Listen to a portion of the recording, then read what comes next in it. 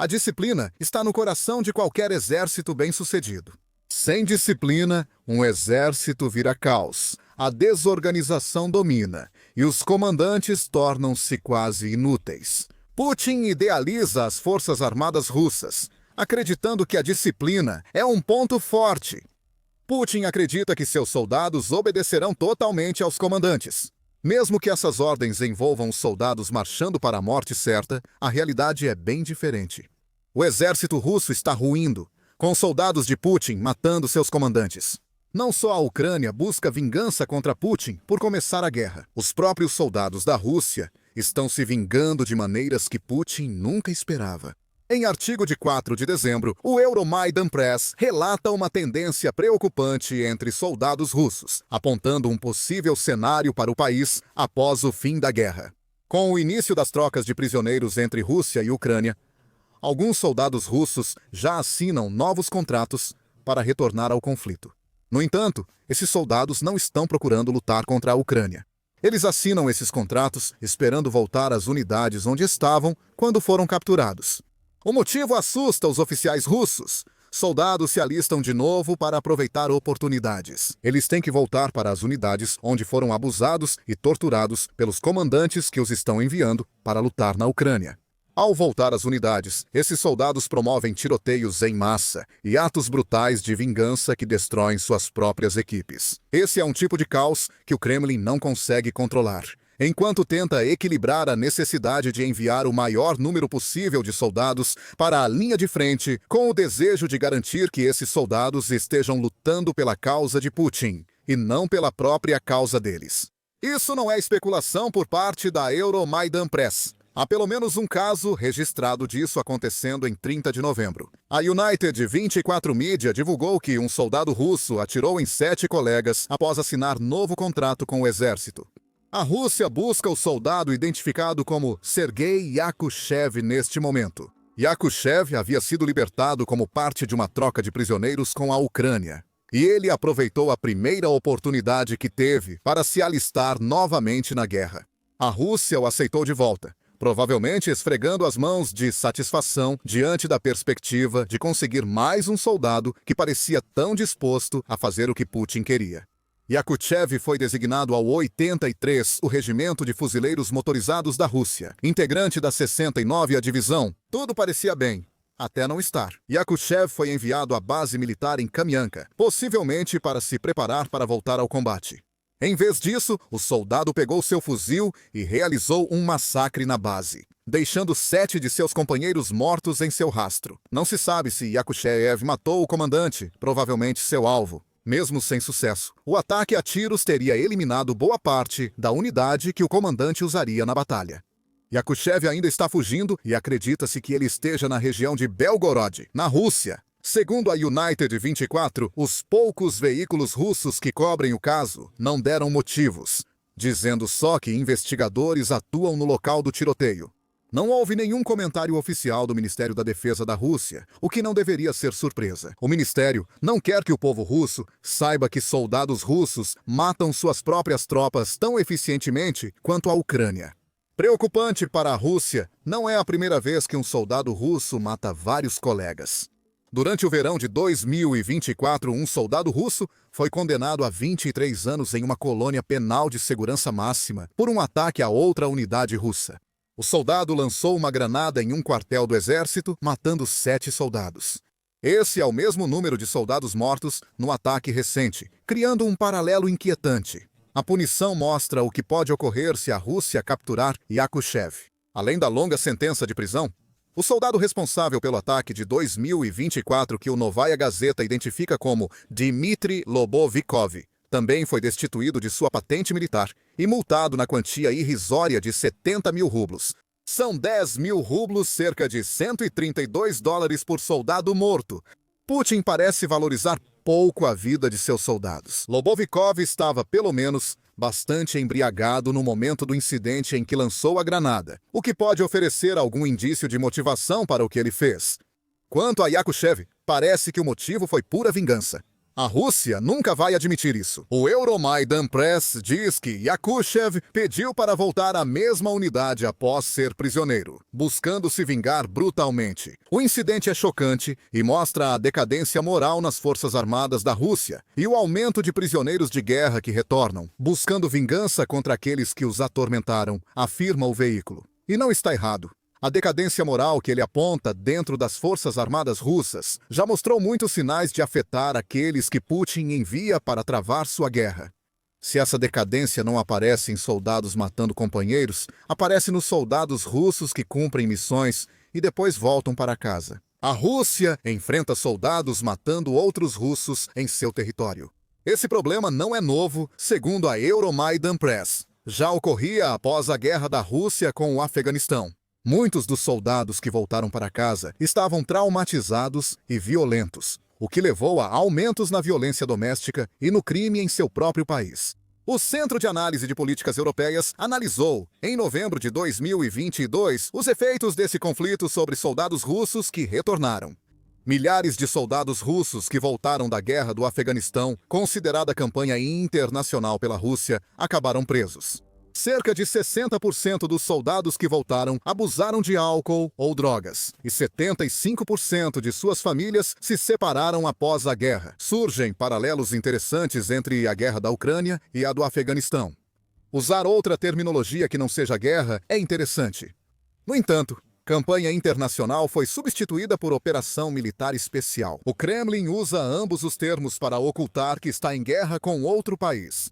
Para Putin, o mais preocupante é que já surgem sinais na Rússia de uma onda de crimes semelhante à que ocorreu após a guerra do Afeganistão.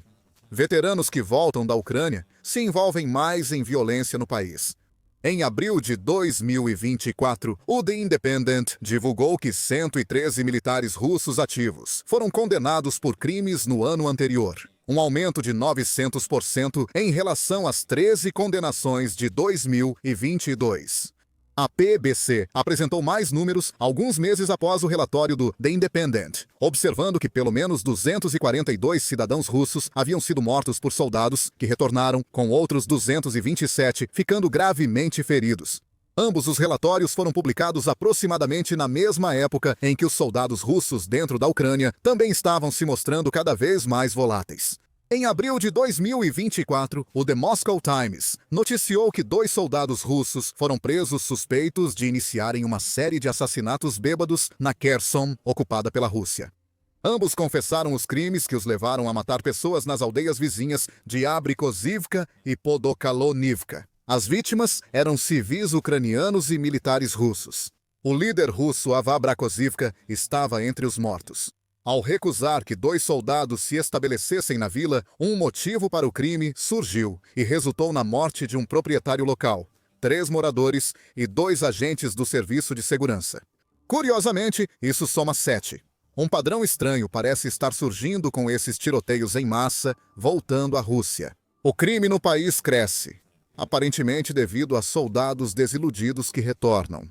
No primeiro semestre de 2025, autoridades russas registraram 333.251 crimes graves, o maior número em 15 anos, e aumento de 104% em relação ao mesmo período de 2024, informou a Defesa 24 em agosto. Crimes graves, como agressão e assassinato, estão aumentando. O número de soldados russos envolvidos em incidentes fatais, ou quase fatais, também aumentou. Foram pelo menos 750 incidentes entre fevereiro de 2022 e o fim do primeiro semestre de 2025. O problema é que a Rússia não dá aos soldados os recursos necessários para se reintegrarem à sociedade ou ao exército. Isso os moldou. Cada vez mais soldados russos, ao voltar para casa ou se alistar de novo na guerra na Ucrânia, acabam direcionando a violência militar contra si mesmos. Pessoas, trauma, raiva e vingança são possíveis motivos, enquanto a Rússia está no processo de criar uma geração inteira de assassinos que não será capaz de controlar quando a guerra acabar. Francamente, se o último tiroteio serve de exemplo, a Rússia já não consegue lidar com essas pessoas. Então, a pergunta óbvia precisa ser feita. Por que uma tendência tão perturbadora está ocorrendo entre os soldados da Rússia, tanto dentro quanto fora das forças armadas do país? Já explicamos os motivos. E seria fácil dizer que esses incidentes são casos isolados. Soldados que matam colegas, buscam vingança ou estão bêbados demais para perceber. Essas explicações são superficiais e não justificam por que tantos soldados russos buscam vingança ou bebem até desmaiar. Para eles e outros na Ucrânia e fora dela, as respostas reais são mais profundas e começam com a brutalidade extrema dos comandantes russos contra seus próprios soldados. Essa violência ocorre em uma cultura militar russa marcada por brutalidade, onde soldados sofrem tormento, humilhação e até execuções de seus próprios comandantes, por insubordinação menor. Como reclamar das condições ou simplesmente hesitar? Escreve a Euromaidan Press em seu relatório de 4 de dezembro. O veículo revelou que uma investigação de outubro de 2025 identificou 101 soldados russos que mataram ou agrediram companheiros. Qual número seria suficiente para negar um padrão de violência no exército russo que começa nos comandantes e desce pela hierarquia? O The Moscow Times noticiou a investigação e destacou que essas mortes diferem dos tiroteios em massa e ataques de vingança já mencionados. Os 101 soldados verificados eram oficiais ou comandantes russos, que geralmente cometiam crimes ao punir soldados que não obedeceram ordens ou falharam nas tarefas. São execuções, não assassinatos simples, feitas por oficiais que usam violência brutal contra seus próprios soldados, não por crimes como embriaguez ou desobediência, para os quais execuções certamente não são justificadas, mas pelo menos poderiam ser explicadas pelo desejo desesperado de Putin por disciplina nas forças armadas russas. Agora, oficiais russos executam seus próprios soldados por disputas pessoais ou por tentativas fracassadas de extorsão contra subordinados.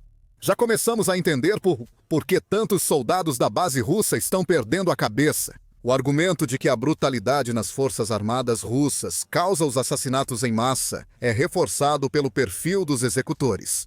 Comandantes de batalhão e oficiais que executam soldados por brigas pequenas têm, em média, pouco mais de 40 anos. O The Moscow Times diz que a fúria juvenil não é desculpa, pois são militares experientes que deveriam agir melhor. 5 comandantes e soldados russos que mataram colegas também receberam a medalha de herói da Rússia do Kremlin. Reflita na mensagem que isso transmite a um soldado sendo abusado por alguém assim. Não só o seu país não se importa que esses abusos, e em alguns casos assassinatos, estejam acontecendo, como também recompensa ativamente as pessoas por trás desses atos de violência. Surpreende que soldados de Putin matem seus comandantes? O Guardian destaca que 101 oficiais e comandantes russos causaram pelo menos 150 mortes de compatriotas e acha surpreendente que isso não tenha ocorrido antes. Isso indica que alguns executaram vários soldados, o que, novamente, é indicativo de um padrão de brutalidade que está moldando as mentes e ações dos soldados russos comuns. A Rússia, é claro, nega que o problema exista. Não há indisciplina entre os soldados russos, afirma o Kremlin. A Rússia argumenta que esse tipo de incidente é comum no exército ucraniano. Presumivelmente, o Kremlin quer que as pessoas acreditem que os comandantes ucranianos estão torturando e matando seus próprios soldados, porque esses soldados querem desesperadamente ser russos. A realidade é que são os comandantes da Rússia que estão fazendo as mortes, e os soldados comuns estão começando a se vingar. Exceto se fosse uma negação total. Havia a brutalidade dos comandantes na Ucrânia. A Rússia pode alegar que esses são casos isolados e não refletem todas as forças armadas russas. 101 oficiais e comandantes são apenas uma gota no oceano dos 70 mil militares russos na Ucrânia, além dos milhares que já serviram e voltaram. Mas a Rússia nem sequer poderia fazer esse argumento com qualquer credibilidade, porque a brutalidade que está levando seus próprios soldados a se voltarem contra seus comandantes não é um acidente. Tudo faz parte do plano. O exército russo é estruturado de forma que aqueles no topo da hierarquia possam abusar, humilhar e torturar os que estão abaixo deles. Existe até um nome para essa prática, Dedovshchina, que pode ser traduzido como Reinado dos Veteranos. Dedovshchina se refere à prática informal de humilhar e abusar dos novos recrutas no exército russo. O termo surgiu na era soviética e continuou por causa da prática mantida. A Rússia tentou modernizar suas forças armadas para eliminar esses abusos. Mas isso fracassou tanto que podemos questionar se Putin e seus aliados realmente tentaram acabar com a dedovshchina desde o início. É isso que vemos entre comandantes e oficiais na Ucrânia, embora de forma extrema. Essa prática faz soldados russos decidirem eliminar abusadores, matar colegas e virarem criminosos ao voltar para casa. Em fevereiro de 2020, 2 anos antes de Putin invadir a Ucrânia em grande escala, o Moscow Times noticiou as tentativas fracassadas da Rússia de acabar com o trote e a dedovshchina no exército. Em 2020, essa tentativa já durava uma década, e seu fracasso era evidente. O veículo relata um incidente de abril de 2018, em que um recruta se matou com um tiro de AK-47 durante um dos treinamentos do seu pelotão. O soldado Artyom Pakotin era constantemente intimidado desde o alistamento. Ao ser flagrado fumando no banheiro do alojamento, seus superiores decidiram puni-lo, escrevendo uma palavra para órgão genital masculino em sua testa. Este é o treinamento militar russo, e é esse tipo de filosofia que os oficiais e comandantes russos levam para a forma como comandam suas unidades em batalha. Por que isso ainda é permitido nos anos 2020? A Deutsche Welle abordou essa questão em artigo de 15 de novembro, destacando que a cultura brutal do exército russo persiste e, frequentemente, é ignorada.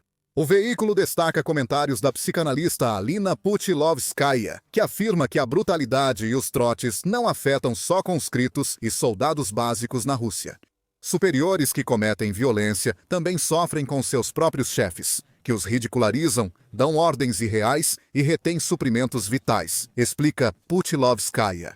Esses oficiais de alta patente projetam uma imagem de superioridade, invencibilidade e prosperidade para o mundo exterior. Isso gera sentimentos difíceis nos comandantes de campo, que descontam nos subordinados. Todos já ouvimos que certos dejetos sempre descem a ladeira.